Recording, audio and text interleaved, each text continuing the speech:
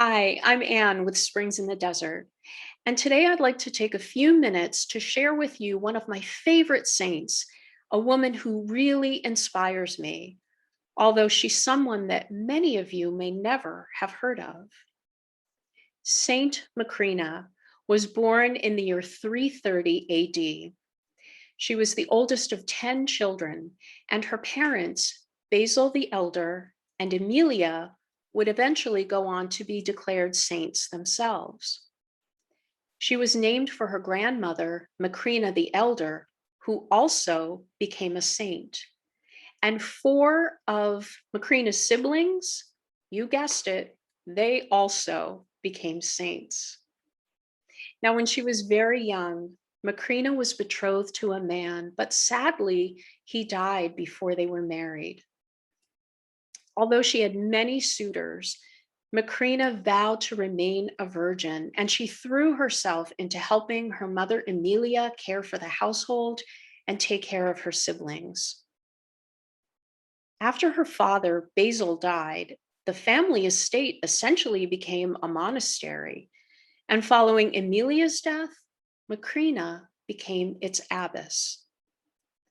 Macrina died in the year 379 at the age of 49. And much of what we know about her life comes from her brother Gregory, who was so inspired by his sister that he wrote a brief biography of her called Life of Macrina. Now, Macrina is not one of those saints known to be an intercessor specifically for infertility, so you may be wondering how she fits here. Well, like all saints, Macrina loves us, and she's a special friend and intercessor in all of our needs, whatever they might be. She's particularly inspiring to me as a woman and in my struggle with infertility for her strength and her accomplishments, and what I think she can teach us about the feminine genius that we each possess. And there are two stories that I think illustrate Macrina's true spiritual maternity and give us something to emulate using our own gifts and talents. The first concerns her brothers, Basil and Gregory. Now, Macrina herself was very well educated for a woman of her time, all thanks to Emilia. But her brothers each studied philosophy and rhetoric formally at university. Basil returned home brimming with confidence to the point of arrogance. And he had this great desire to be wealthy and successful and to gain a certain status. Gregory, like many college students of today, returned home having lost his faith in God entirely. Macrina dealt with each of her brothers accordingly, basically reading Basil the riot act and telling him to stop being so full of himself, to cultivate humility, and discerning that he was really supposed to devote his life in service to God. For Gregory, Macrina reintroduced the faith to him, instructing him and showing him God's love and mercy. And she also encouraged him to give his life in service to the Lord. Both brothers did just that as a result of Macrina's influence and her holy boldness. In fact, Basil went on to become not only a saint, but a doctor of the church, and he's known as the father of monasticism in the East. The second story involves a Roman soldier and his young wife who visited the household of these future saints, having heard that it was a place filled with lively philosophical and spirited debate. As Gregory recounts in his biography of his sister, the soldier and his wife expressed an earnest desire to pay a visit to the school of virtue.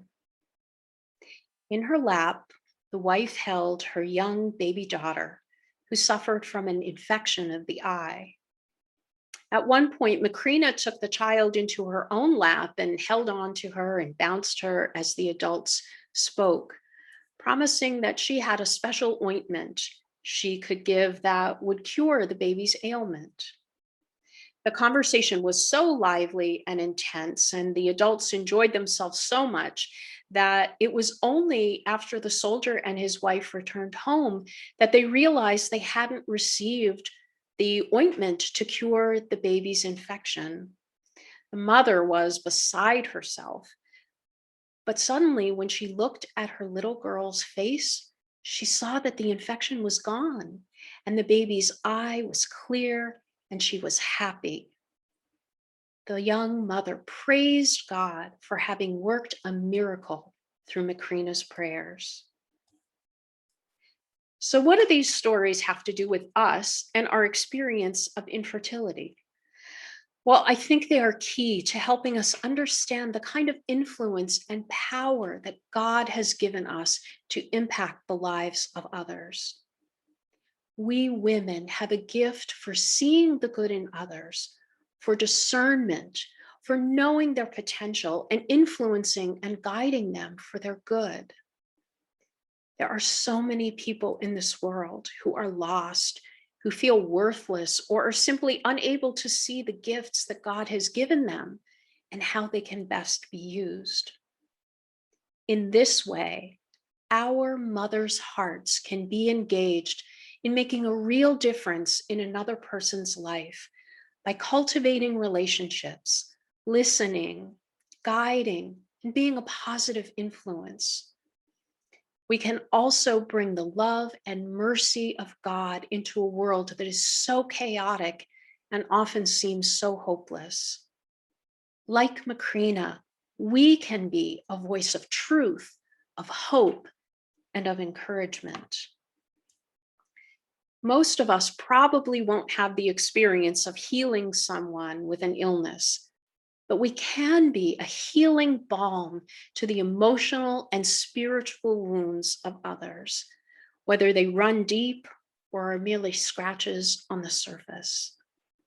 We must not underestimate how a simple kindness, the time to just be present to someone or listen to them, can set them on the road to healing.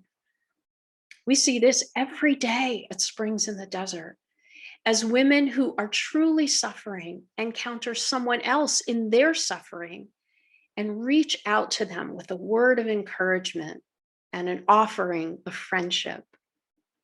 Through our own woundedness, even this deep wound of infertility or loss, God gives us a healing ointment of love, compassion, and empathy to share with another who is also hurting.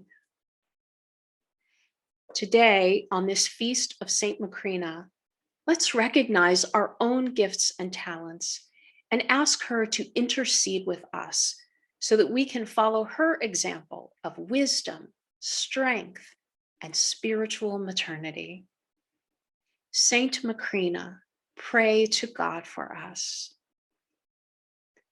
For more information, resources, and support, visit our website, springsinthedesert.org. Thank you for watching, and God bless you.